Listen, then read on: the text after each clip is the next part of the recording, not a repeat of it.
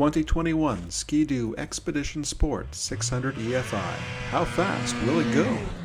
Today we'll look at the Expedition Sport 600 EFI's acceleration, top speed, and speed versus RPM. It was 0 degrees Celsius and all tests were done on a frozen lake with about 3 inches of wet, sticky snow on top.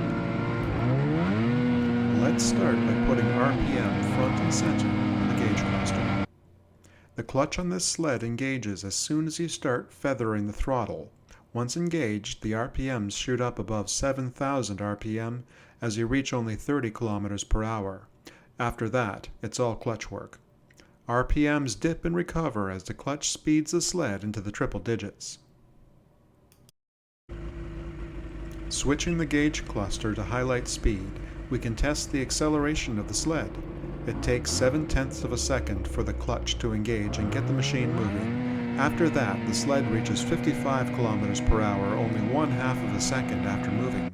Acceleration tapers off up to 90 kilometers per hour, but it doesn't feel like it when you're in the seat. Acceleration above 90 kilometers per hour is sluggish. 0 to 60 miles per hour came in at 5.1 seconds, while 0 to 100 kilometers per hour at 5.5 seconds.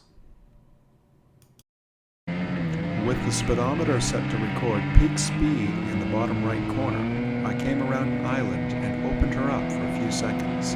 Top speed in these conditions was recorded at 108 kilometers per hour, or 67 miles per hour.